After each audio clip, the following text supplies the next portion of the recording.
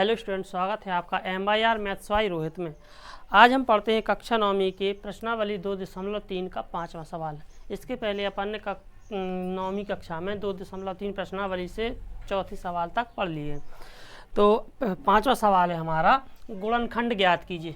इसके पहले अपन चौथे सवाल में जो सवाल हमने पढ़े हैं उन सवालों में क्या था कि जो घात थी x की वो 2 की घात थी, मतलब वो द्विघाती बहुपद था। यहाँ पर हमें त्रिघाती बहुपद मिल रहा है ना, तो 2 की घात वाले बहुपदों के गुणनखंड ज्ञात करने हमने सीखे। आज हम सीखते हैं 3 की घात वाले बहुपद के गुणनखंड ज्ञात करना। तो आइए देखते हैं कैसे निकालेंगे इनके गुणनखंड। तो आप देख पा रहे होंगे इसमें एक अचर राशि है 2, है ना। इसी से हम इसको सवाल को बनाएंगे। तो अचर राशि क्या है?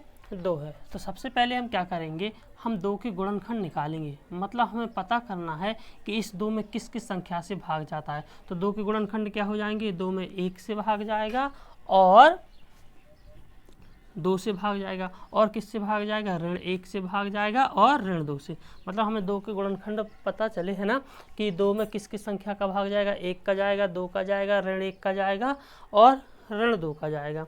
तो आइए अपन क्या करते हैं, इन्हीं गुणनखंडों को, इन्हीं 4 गुणनखंडों को एक एक करके बारी बारी करके इसमें रख के देखते हैं, और जिसको रखने पर जो शून्य हो गए वह इसका एक गुणनखंड हो जाएगा। जैसे मान ले कि हम x की जगह पहले क्या रख के देख लें, 1, तो x बराबर इसमें क्या रख देंगे, 1 रख देंगे। और देखो, रखने से पहले ऐसा नहीं है कि आप सारे गुणनखंड रख के देखें। यदि आप सारे गुणनखंड रख के देखेंगे तो बहुत सारा समय वेस्ट होगा। इसमें आप थोड़ा सा दिमाग लगाइए कि इसमें हम देख पा रहे हैं कि कुछ संख्याएँ धनात्मक हैं और कुछ संख्याएँ ऋणात्मक हैं। यदि हम यहाँ पर मान लो जी ऋण का रखेंगे, है ना, या धन का रखेंगे, जैसे मान लो यदि यहाँ मान लो सारी संख्याएं धन की होती, तो यदि यहाँ पर जो संख्याएं सारी है ना, जी सारी यदि धन की होती, यदि हम और वहाँ पर x का मान धन 1 ही रख दें, तो आप भी जानते हो कि यदि हम धन का रखेंगे तो सब कुछ क्या हो जाएगा, धन का हो जाएगा, तो वो तो जुड़ जाएंगे, है ना, तो जीरो तो होने वाले नहीं। तो आपको ऐसे रखना है कि यदि सारी ऋणात्मक हो या सारी धनात्मक हो, यदि सारी संख्याएं ऋणात्मक हो या सारी संख्याएं धनात्मक हो, तो अपन इसका कौन सा रखेंगे कि इस 2 का, यदि सारी धनात्मक हैं या ऋणात्मक है, यदि सारी धनात्मक होंगी, है ना, तो हम क्या करेंगे, ऋणात्मक उसका गुणनखंड रखेंगे, और यदि सारी ऋणात्मक होंगी तो हम क्या रखेंगे, धनात्मक गुणनखंड रखेंगे। उसमें से कुछ ये स्क्वायर है तो प्लस में हो जाएंगी। लेकिन यहाँ पर क्या है, कुछ धनात्मक है कुछ ऋणात्मक है। तो सबसे पहले अपन 1 से शुरू करते हैं, धन का 1 रखते हैं। x बराबर क्या रख दें, इसमें 1 रख दें। तो 1 x की जगह जहाँ जहाँ x है इसमें वो क्या करेंगे, वहाँ वहाँ 1 रख देंगे। तो x है तो इसकी जगह 1 का घन, ऋण 2 गुणा x है तो x की जगह 1 का वर्ग, ऋण x है, x की जगह 1 धन 2। इसको सॉल्व करेंगे तो 1 का घन 1 और 1 का वर्ग 1, 2 का 1 गुणा होगा तो 2 एकम 2, ऋण का 1 और ये धन का 2।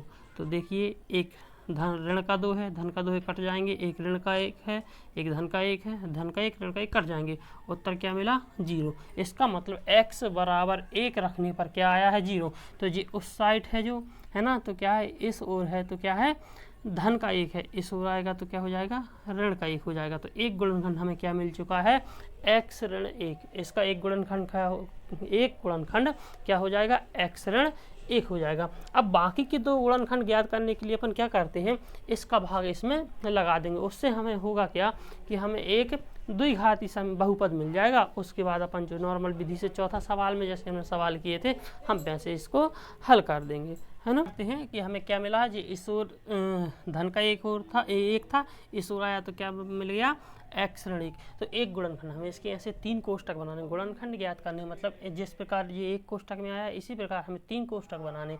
तो एक में क्या मिला हमें, x ऋण 1। तो अपन क्या करेंगे, इसका भाग लगा देंगे इसमें। इसका भाग लगाने से हमें क्या मिल जाएगा, द्विघाती समीकरण मिल जाएगा। देखिए आइए यहीं पर लगा लेते हैं, भाग लगा लेते हैं ना, तो ऐसे आप भाग लगा सकते हैं। इसका भाग लगाना है किसमें जी, कहाँ से आया है, इसको पक्षांतर करने पर। इसका जी धन का 1 है, इस ओर आएगा तो किसका हो जाएगा, ऋण का 1 हो जाएगा। तो जी कैसे आया, 1 का पक्षांतर करने पर। अब क्या करेंगे, इसका भाग लगा देंगे इसमें, तो क्या है एक्स ऋण 1, एक्स ऋण 1 का भाग किस में लगा रहे हैं आप, इसमें एक्स क्यू ऋण 2 एक्स स्क्वायर ऋण एक्स धन 2। तो देखिए भाग लगाने के लिए आपको क्या करना है, इसमें अपन कैसे भाग लगाएंगे, बहुपद का भाग बहुपद में लगाने के लिए क्या करेंगे, आपको पूरे पर फोकस नहीं करना, आपको क्या करना है कि आपको हमेशा अपने दिमाग में ये बात रखनी है कि हमें पहला पद खत्म करना है, जो भी हो हमें पहला पद खत्म करना है, ठीक है। तो यहाँ पर क्या है, x के ऊपर 3 की घात और हमारे पास क्या है, सिर्फ x के ऊपर 1 की घात। हम जानते हैं गुणा में घातें जुड़ जाती हैं, तो इस x के ऊपर कितने की है, 1 की है, और आपको चाहिए कितनी, आपको हमेशा कोशिश क्या करनी, जो पहला पद होगा उसको ख़त्म करना है। तो x के ऊपर 3 की घात चाहिए, x के ऊपर 1 की घात है, मतलब कितने की कमी है, 2 की। तो हम किससे गुणा कर देंगे, x के ऊपर 2 की घात से। तो x के ऊपर 2 की घात का गुणा इसमें होगा तो x और x का गुणा होगा तो x। यदि आपको इस प्रकार से यहाँ पर लिखने में, भागफल लिखने में कन्फ्यूजन हो रही है, दिक्कत हो रही है, परेशानी हो रही है, तो आप ऐसे भी लिख सकते हैं, जैसे अपन भाग के सवालों को हल करते थे इस प्रकार लिखे, तो यहाँ पर भी लिख सकते हो, या फिर आप चाहो तो यहाँ पर कोई बात नहीं ऐसे करके लिख दो या यहाँ पर लिख दो, ठीक है। तो यहाँ पर x और x का गुणा होगा तो x के ऊपर 2 और 1 3 की घात। जी ऋण है, जी क्या है, धन है, तो ऋण और धन का गुणा होगा तो ऋण हो जाएगा। अब आप पूछोगे सर कि आपने यहाँ पर जी धन का ही क्यों लिया, तो देखिए यहाँ पर जो कुछ भी हो, धन का हो तो यहाँ पर हमें धन का बनाना है, यदि यहाँ पर जी ऋण का होता तो हम ऋण का बनाते। चूँकि यहाँ पर धन का था और जे भी धन का है तो धन का गुणा धन में होगा तभी धन का आएगा, तो जे धन का और धन का आ गया, है ना। तो x का x में हुआ तो x के ऊपर 3 की घात ऋण, और धन का गुणा हुआ तो ऋण, x के x स्क्वायर का 1 गुणा होगा तो क्या आ जाएगा, x स्क्वायर। अब चूंकि हम जानते हैं भाग के सवालों पर क्या करते हैं, घटाते हैं, तो जी घटाया जाएगा, तो इसको क्या करेंगे, इसको इसमें से घटाएंगे, और घटाने के लिए अपन क्या करेंगे, सीधी सी एक बात कि हम चिन्ह बदल देंगे। क्यों बदल देंगे, क्योंकि आप जब इसको घटाओगे, क्योंकि घटाते हैं, भाग के सवाल में अपन क्या करते हैं, घटाते हैं, तो इसको जब इसमें से घटाओगे तो यहाँ पर घटाना का चिन्ह लगाओगे। जब ऋण का चिन्ह लगाएंगे और जब हम ऋण का गुणा करेंगे, है ना, तो जी क्या है, जी धन का था, ऋण और धन का गुणा हो जाएगा तो ऋण, और जी ऋण और ऋण का गुणा हुआ तो धन। इसका मतलब सीधी सी बात ये है कि यदि आप ऋण का गुणा किसी बहुपद में कर रहे हो तो उसमें जो चिन्ह होते हैं वो पलट जाते हैं, मतलब धन हो तो ऋण हो जाता है और ऋण हो तो धन हो जाता है। इसलिए अपन इतना सारा ना बोल के अपन क्या कर देते हैं, डायरेक्ट चिन्हों को नीचे बदल देते हैं, क्योंकि अपन घटाते हैं और घटाओगे तो इसमें ऋण का चिन्ह लगाओगे, ऋण का चिन्ह लगाओगे मतलब ऋण का इसमें पूरे में गुणा होगा, ऋण का गुणा होगा तो धन का ऋण बन जाएगा और ऋण का धन बन जाएगा। इसलिए अपन डायरेक्ट चिन्ह बदल देते हैं, जी धन का है तो जी किसका हो जाएगा, ऋण का, और जी ऋण का है तो जी किसका हो जाएगा, धन का।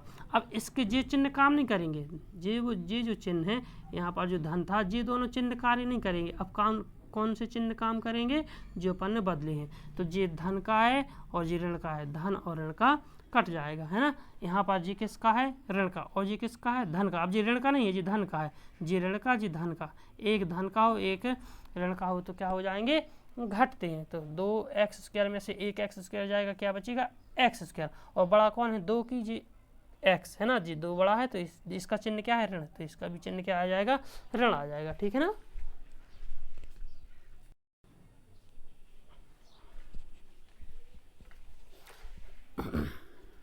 तो यहाँ पर जी 2 किसका है, ऋण का है, और जी धन का है, तो घट जाएंगे, 2 में से 1 चला जाएगा तो 1, और 1 अपन लिखते नहीं, क्या बचेगा, सिर्फ एक्स स्क्वायर, और बड़ी संख्या जी है तो जी ऋण का है तो ऋण का जाएगा। अब 1 हम नीचे उतार लेंगे, यहाँ से यहाँ तक हो गया तो इसको नीचे उतार लेंगे, ऋण का x नीचे आ जाएगा, ठीक है। अब देखिए हमें क्या चाहिए, x के ऊपर 2 की घात चाहिए, और हमारे पास यहाँ पर कितने की घात है, x के ऊपर 1 की घात है, मतलब x के ऊपर 1 की घात की कमी, मतलब सिर्फ x की कमी है, तो यहाँ पर हम क्या लिख देंगे, x लिख देंगे। अच्छा, और हमें जी किसका चाहिए, जी ऋण का चाहिए, और हमारे पास जी किसका है, धन का, और यदि हम यहाँ पर भी धन लेंगे तो धन और धन का गुणा हो जाएगा तो किसका हो जाएगा, धन का।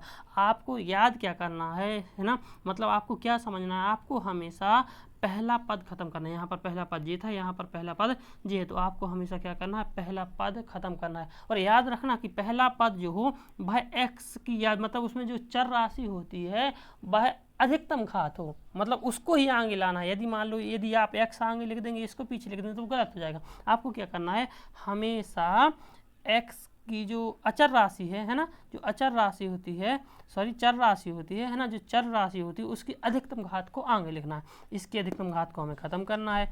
x ऊपर 2 की घात है, हमारे पास सिंगल x है ना, तो 1x है, 1x की कमी है तो हमने x से यहाँ पर गुणा कर देंगे, ठीक है, भाग लगा लेंगे। अब क्या करना है, यहाँ पर जी किसका चाहिए, जी ऋण का चाहिए, और जी हमारे पास किसका है, धन का है। तो यदि हम जी धन का है और जी भी धन का लेंगे तो धन और धन का गुणा हो जाएगा, तो धन हो जाएगा। तो हम यहाँ पर क्या लेंगे, जी किसका है, ऋण का। तो एक धन का एक ऋण का, धन और ऋण का, जी धन का है, धन और ऋण का गुणा हुआ तो ऋण, एक्स और एक्स का गुणा हुआ तो एक्स के ऊपर 2 की घात। ठीक है, जी किसका है, ऋण का, जी किसका है, ऋण का, ऋण और ऋण का गुणा हुआ तो क्या बन जाएगा, धन बन जाएगा। एक्स का 1 में गुणा होगा तो एक्स, पुनः चिन्ह फिर बदल देंगे, है ना। हमें क्या पता है कि हम इसके चिन्ह बदल दिए जाते हैं। क्यों बदल दिए जाते हैं हम आपको एक बार बता चुके हैं, क्योंकि अपन इसको नीचे वाले को इस ऊपर वाले में से घटाएंगे मतलब ऋण का चिन्ह लगाएंगे। जैसे ही ऋण का चिन्ह लगाएंगे तो ऋण फिर अंदर जाएगा, पूरे बहुपद में उसका गुणा होगा। तो ऋण का चिन्ह गुणा करने से बहुपद में उनके पदों के क्या हो जाते हैं, चिन्ह बदल जाते हैं। तो चिन्ह बदल देंगे, ये ऋण का है तो जी किसका हो जाएगा, धन का, और जी धन का है तो ऋण का हो जाएगा। अब इसके जे चिन्ह कार्य नहीं करेंगे, जे तो नेगेटिव होगा, है ना जी, खत्म है। इसके कौन सा चिन्ह काम करेंगे, ये नीचे वाले चिन्ह काम करेंगे। तो जी ऋण का है और जी धन का है, ऋण का और धन का कट जाएगा, एक्स स्क्वायर एक्स से कट जाएंगे। जी एक ऋण का एक्स, जी धन का एक्स है, सॉरी जे भी ऋण का है और जे भी ऋण का है तो दोनों जुड़ जाएंगे। ऋण का एक्स कितने हो जाएंगे, ऋण के, फिर जब ऋण के होते हैं तो जुड़ जाते हैं, दोनों संख्या ऋण की तो जुड़ जाएंगे। एक एक्स कितने हो जाएंगे, ऋण के 2x, और नीचे क्या बचेगा, धन का 2, जिन यहाँ से हमने उतार लिया। अब देखिए आपको क्या चाहिए, x चाहिए, आपके पास x है। आपको क्या चाहिए, 2 चाहिए, तो यहाँ पर 2 नहीं तो अपन क्या कर देंगे, 2 से गुणा कर देंगे। अब चूंकि आपको यहाँ पर किसका 2 चाहिए, ऋण का चाहिए, आपके पास x क्या है, धन का, तो धन और धन का गुणा होगा तो धन ही बनाएगा, इसलिए अपन यहाँ पर क्या लगा देंगे, ऋण। धन और ऋण का गुणा हुआ तो ऋण, 2 का x में गुणा हुआ तो 2x, ऋण और ऋण का गुणा हुआ तो धन, 2 का 1 में हुआ तो 2 एकम, जी ऋण और ऋण का गुणा हुआ तो धन, 2 एकम 2, पुनः चिन्ह बदल दिए जाएंगे। जी ऋण है तो जी धन बन जाएगा, जी धन है तो क्या बन जाएगा, ऋण बन जाएगा, है ना। चिन्ह बदल जाते हैं, जी ऋण का, जी धन का। अब जी चिन्ह इसका कार्य नहीं करेगा, जी करेगा, जी ऋण का, जी धन का, 2x कट गए, जी धन का 2, जी ऋण का 2 कट गए, क्या बचा, 0 0। और याद रखना है आपको 0 0 ही बचना चाहिए। यदि आपका 0 0 नहीं बचेगा तो फिर आप सवाल को हल नहीं कर पाओगे। तो आपका भागफल क्या आया है, एक्स स्क्वायर ऋण x ऋण 2। ठीक है, अब एक गुणनखंड आपका क्या था, x ऋण 1 था। इसके अपन जैसे हमने पहले सवाल में, चौथे सवाल में इसके हल निकाले हैं, वैसे ही इसको निकाल लेंगे। कैसे, इस चर राशि का जी चर है यहाँ पर, है ना, जी चार है, जी अचर राशि, इस अचर राशि का इस एक्स स्क्वायर के गुणांक से गुणा कर देंगे। गुणांक क्या कहलाता है हम आपको पहले समझा चुके हैं। जो इसके गुणा में लिखा हो, गुणा में क्या लिखा, कुछ नहीं लिखा, मतलब 1 लिखा, तो इस 2 का और 1 का गुणा करेंगे तो क्या आया, 2, और बीच में क्या लिखा है, ऋण का 1। तो मतलब आपको 2 ऐसी संख्याएं ढूंढनी है कि गुणा करें तो 2 आए, जुड़ घटाएं तो 1 आए। तो आप जानते हो 2 और 1 का गुणा करेंगे तो 2 आएगा, घटाएंगे तो 2 में से 1 जाएगा तो 1 बचेगा, है ना। तो इसको हम कैसे लिख सकते हैं, यहीं पर लिख लेते हैं डायरेक्ट, एक्स स्क्वायर जो कहते हैं। इस ऋण 1 को हम ऐसा लिख सकते हैं, ऋण का x और ऋण का x, सॉरी इसको हम ऐसा लिख सकते हैं 2x धन x, ऐसा लिख सकते हैं। कैसे, आप बोलोगे सर देखो, एक ऋण का है एक धन का है, एक ऋण का हो एक धन का हो तो क्या हो जाते, घट जाते। 2x में से 1x जाएगा, क्या बचेगा, 1x बचेगा। और बड़ी संख्या कौन है, 2 है, वो किसकी है, ऋण की है, तो ऋण का बचेगा। और इस जी क्या लिखा है, 2। ठीक है, अब हम क्या करेंगे, इसको जो हमने 2 भागों में बांटा है, एक भाग इसको दे देंगे, एक भाग इसको दे देंगे, बांट लेंगे, है ना। अब क्या करेंगे, इनमें से कॉमन ले लेंगे। इसके पास देखें क्या क्या एक जैसा है, इसके पास x है, इसके पास x है, तो x कॉमन आ जाएगा। यहाँ पर क्या बचेगा, यहाँ x स्क्वायर था, एक कॉमन आ गया, क्या बचा, 1x बचेगा ऋण। इसके पास एक ही x था, x बाहर आ गया, क्या बचा, ऋण 2। सेम जैसा इस कोष्ठक में बना, अगले कोष्ठक में बनाना है। आप देख पा रहे हो कि सर वो तो ज्यों का तो बनाया दिया है ना, तो कुछ नहीं, अपन क्या करेंगे, ज्यों कहते हो x ऋण 2 लिख लेंगे। और कुछ कामन नहीं आया, कुछ कामन नहीं आया, मतलब 1 आया, क्योंकि 1 का गुणा करने से ज्यों की वही संख्या आएगी। अब पूरे में से एक बार फिर कॉमन ले लेंगे। इसके पास x ऋण 2 है, इसके पास x ऋण 2 है, तो x ऋण 2 हमने कॉमन ले लिए। यहाँ से x ऋण 2 कॉमन आया, यहाँ पर क्या बचा, x बचा, और यहाँ से x ऋण 2 कॉमन आया, यहाँ क्या बचा, धन का 1 बचा, है ना। तो जी हो गया आपके गुणनखंड, x ऋण 2 और x धन 1, और एक गुणनखंड क्या है हमारा, जी है। तो इस बहुपद के तीनों गुणनखंड क्या हो जाएंगे, x ऋण 1j और x ऋण 2j और x धन 1j। तो इस बहुपद के 3j गुणनखंड हो जाएंगे। समझ पाए होगे, है ना। तो इस प्रकार ये था हमारा सवाल। अगला सवाल है हमारा x के ऊपर 3 की घात ऋण x के ऊपर 2 की 3x के ऊपर 2 की घात ऋण 9x ऋण 5 है ना, x³ minus 3x² minus 9x minus 5 है ना। तो सबसे पहले हमें क्या करना है, पहले सवाल जैसा कि सबसे पहले हम क्या करेंगे, इसमें अचर पद देखेंगे। अचर पद क्या है, 5 है, तो हमने लिखा 5, ठीक है। अब क्या करना है, आपको इस 5 के गुणनखंड ज्ञात करने हैं, मतलब इस 5 में ये 5 जो होगा वो किस किस संख्या से विभाजित होगा। तो देखिए ये किससे होगा, ऋण 1 से होगा और धन 1 से होगा और 5 से होगा और ऋण 5 से होगा, ठीक है। इन्हीं 4 संख्याओं से होगा। ऋण 1 का भाग जाएगा 5 में, क्योंकि 5 हम जानते हैं अभाज्य संख्या है, इसका मतलब है 5 में सिर्फ किसका, अभाज्य संख्या में किसका भाग जाता है, सिर्फ 1 और 5 का। तो ऋण 1 का चला जाएगा और धन 1 का चला जाएगा और 5 का जाएगा और ऋण 5 का जाएगा। तो आपको क्या करना है, इन्हीं गुणनखंडों में से कोई एक गुणनखंड, मतलब एक एक करके सभी गुणनखंड रख के इसमें देखना है। जिस इन 5 में से इन चारों गुणनखंडों को रखने पर जिस गुणनखंड से ये बहुपद हमारा शून्य हो जाएगा, एक गुणनखंड हमारा वही हो जाएगा। और याद रखिएगा एक बात और, कि किसी भी बहुपद के अधिकतम गुणनखंड कितने हो सकते हैं। तो देखिए जितनी उसकी घात होगी, बहुपद की जो घात होगी, और बहुपद की घात क्या कहलाती है हम आपको पहले ही बता चुके हैं।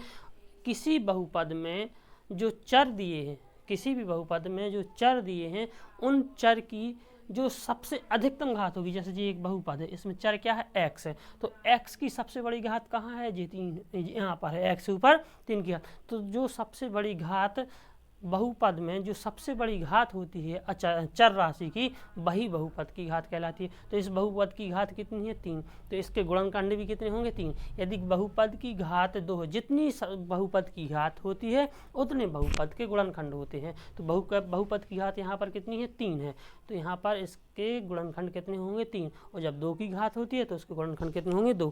तो 3 गुणनखंड होंगे, एक अपन निकालेंगे इस तरीके से और बाकी 2 निकालेंगे कैसे, वही द्विघाती बहुपद बनाकर। तो सबसे पहले क्या करेंगे, इसमें हमने देखा अचर राशि क्या है, 5 लिखा।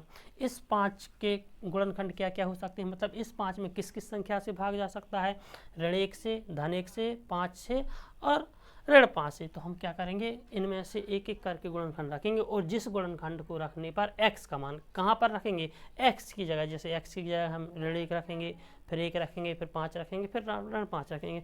जिसको रखने पर ये बहुपद शून्य हो गया, एक गुणनखंड इसका वही होगा, ठीक है। तो आइए स्टार्ट करते हैं। सबसे पहले हम किससे स्टार्ट करें, ऋण 1 से रख करके देखते हैं। तो x बराबर क्या हो गया, ऋण 1 रखने पर कहाँ पर रखना है, इस बहुपद में, तो रख दो x की जगह क्या रखना है, ऋण 1।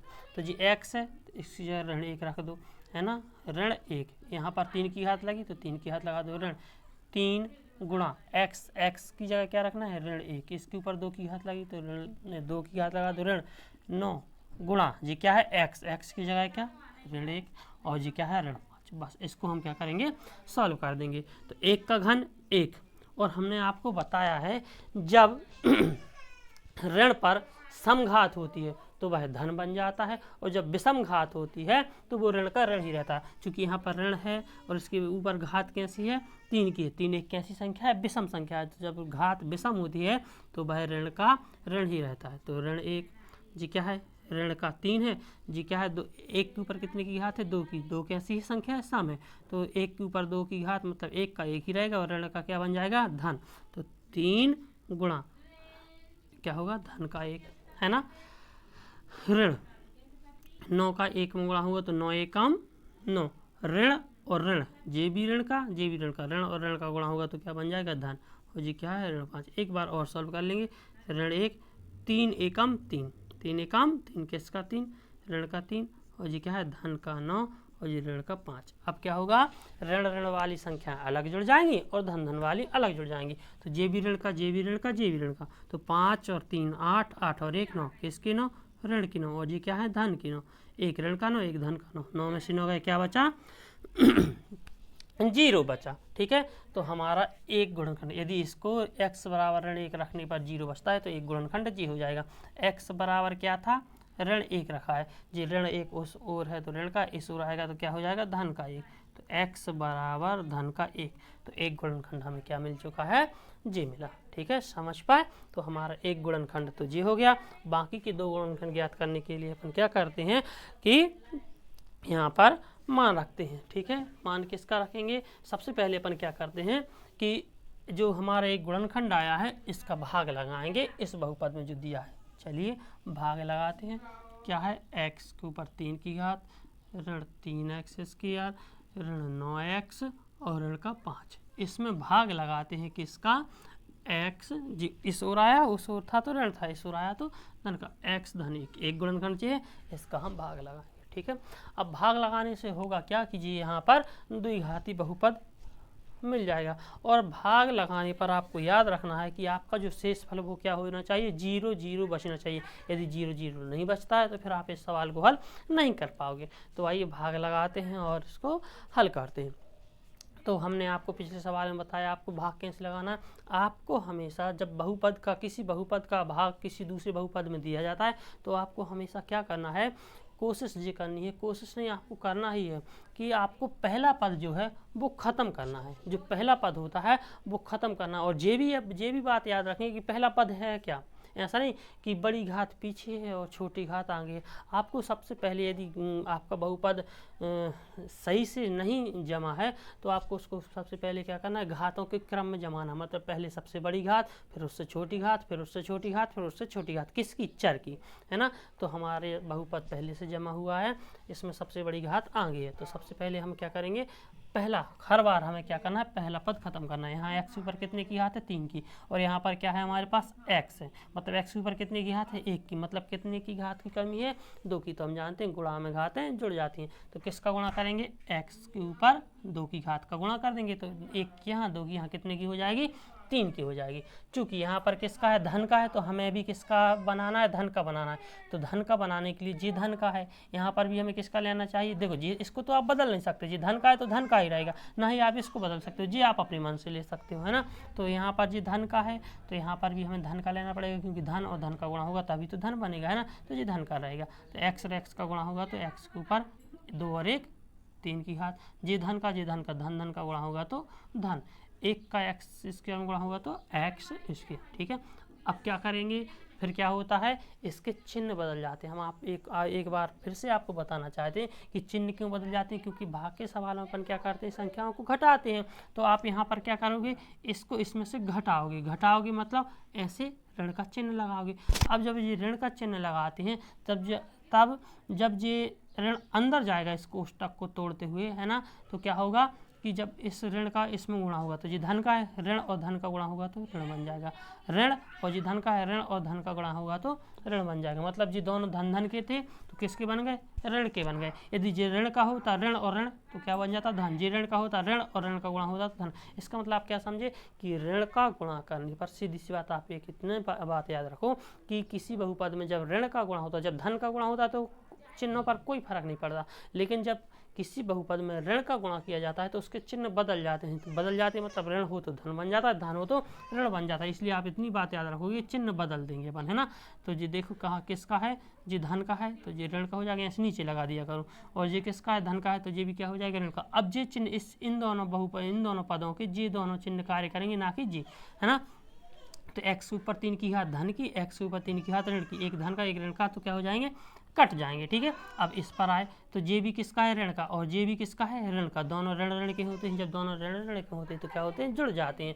तो 3 और 1 कितने हो जाएंगे, 4x स्क्वायर। और चूंकि ऋण ऋण के जोड़े हैं, बड़ी संख्या किसकी, ऋण की, तो उत्तर का भी किसका है, ऋण का।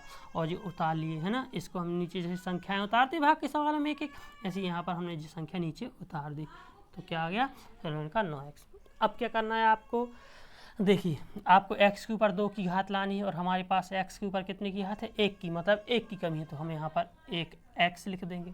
ठीक है, और क्या लाना है आपको, 4 भी लाने हैं। इसके पास 4 है नहीं तो इसको 4 कहाँ पर लगाने पड़ेंगे, यहीं पर 4 लगाने पड़ेंगे।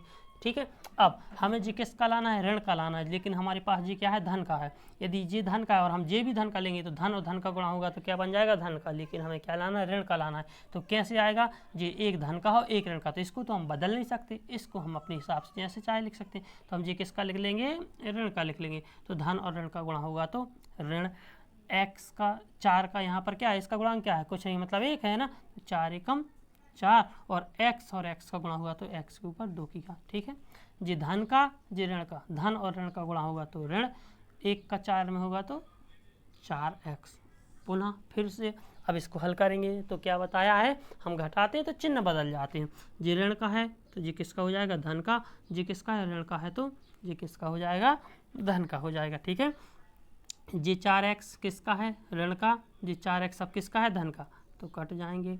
ठीक है जी किसका है, 9x ऋण का, जी 4x किसका है, धन का, तो एक ऋण का हो एक धन का हो तो क्या हो जाते हैं, घटते हैं। तो 9 में से 4x गया कितना बचेगा, 5x बचेगा, और बड़ी संख्या क्या है, 9x, किसकी है, ऋण की, तो उत्तर भी किसका होगा, ऋण का। और उतारे जी नीचे ऋण 5 है। ठीक है उतारे नीचे हमने क्या, ऋण 5। अब देखिए आपको क्या लाना है, सिर्फ एक x चाहिए, वो हमारे पास है।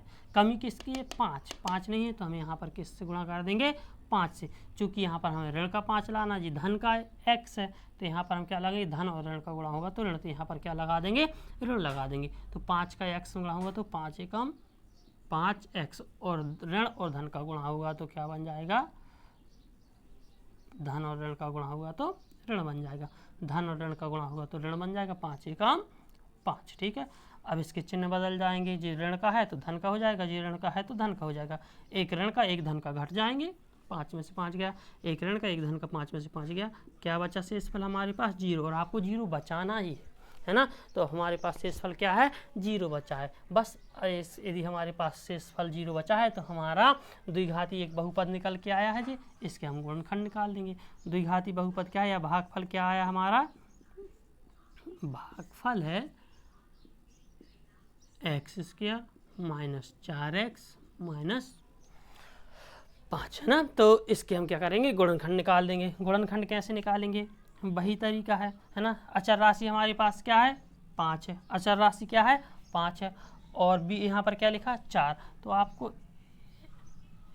ये 5 है, इस 5 का यहाँ पर इसका गुणांक क्या है, 1, इसमें गुणा होगा तो 5 एकम 5। कैसे आया जी 5, सबसे पहले देखो इस प्रकार के सवाल द्विघाती बहुपदों के गुणनखंड ज्ञात करना हम चौथे सवाल में बहुत अच्छे तरीके से सीख चुके हैं। यदि आपको किसी को भी समस्या हो तो वहाँ पर और देख सकते हैं। तो हम पहले क्या करते हैं, इस अचर राशि का और इसके गुणांक का गुणा करते हैं, तो 5 एकम 5 और बीच में क्या है 4। तो हमें ऐसी, वो भी किसका, ऋण का 5 ऋण का 4। आपको दो ऐसी संख्याएं ढूंढने की, गुणा करें तो 5 आए और जोड़ घटाए तो 4 आए। तो आप सोच पा रहे होगे कि सर 5 एकम 5 और 5 में से 1 जाएगा तो 4 है ना। तो सीधी सी बात, 5 और 1 का गुणा करेंगे तो 5 आ जाएगा, 5 में से 1 जाएगा तो 4 बचेंगे। ठीक है ऋण 5 गुणा 1 है ना। तो भाई क्योंकि हमें ऋण का 4 बचाना है, इसका मतलब घटेंगे कब, जब एक धन का हो एक ऋण का हो। तो एक धन का, अब ऋण का कौन, 5 की 1, तो हमें ऋण, उत्तर में ऋण चाहिए तो इसका मतलब बड़ी संख्या ऋण की होनी चाहिए, तो यहाँ पर ऋण का 5 है ना। तो इसको हल कर लेंगे जी, क्या है x², इस 4x को हम क्या लिख सकते हैं, ऋण का 5x धन का x। एक धन का एक ऋण का हो तो 5x में से 1x जाएगा, क्या बचेगा 4x, और जी क्या है ऋण 5 है तो 5 को ऐसा ही लिखा है। ठीक है अब यहाँ से क्या करेंगे, इसको हमने जो 2 भागों में तोड़ा है हम क्या करेंगे, एक एक भाग बांट लेंगे है ना। तो यहाँ पर देख लीजिए, इसको जिसको 2 भागों में तोड़ा था 5x ऋण 5x और ऋण का 5x धन का x, तो एक भाग इसको दे देंगे, इस एक भाग इसको दे देंगे, दोनों में से कॉमन लेंगे। दोनों के पास यहाँ पर क्या है, इसके पास x है इसके पास x है तो हमने x कॉमन लिया, इसके पास x है इसके पास x है तो हमने x कॉमन लिया। क्या बच गया, यहाँ पर बचा x, यहाँ पर क्या बचा हमारा x बचा, और ऋण यहाँ पर x के ऊपर 2 की घात थी, 1 बाहर ले लिया, 1 बचा, इसके पास 1 ही x था बाहर आ गया, क्या बचा ऋण का 5 बचा। सेम ऐसा ही अगले कोष्टक में बनाना है। तो आप बोल रहे हो कि सर देखो हमें जो कहते हैं वो बना मिल रहा है, तो कुछ नहीं करना, धन का 1 कॉमन ले लेंगे। क्यों, जब कुछ कॉमन नहीं आता तो 1 ले सकते हैं, क्योंकि 1 का अंदर गुणा होगा तो वही बच जाएगा है ना। ठीक है अब पूरे में से फिर कॉमन ले लेंगे। पूरे में से क्या दिख रहा है, इसके पास x ऋण 5 है इसके पास x ऋण 5 है, तो x ऋण 5 हमने कॉमन ले लिए, यहाँ से x ऋण 5 कॉमन लिया, इसके पास क्या बचा x बचा, यहाँ से x ऋण 5 कॉमन लिए, क्या बचा धन का x। यहाँ पर देखो x ऋण 5 कॉमन लिया ना, तो यहाँ पर x बचा था और यहाँ से x ऋण 5 कॉमन लिया तो क्या बचा 1 बचा। तो जी 2 इसके गुणनखंड हो गए, और एक क्या था जी था, तो हमारे 3 गुणनखंड हो गए। कौन सा, x धन 1, x ऋण 5 और x धन 1, जी हमारे 3 गुणनखंड हो गए जो हमें ज्ञात करनी थी। आशा करते हैं आप लोग समझ पाए होंगे, ठीक है ना। ठीक।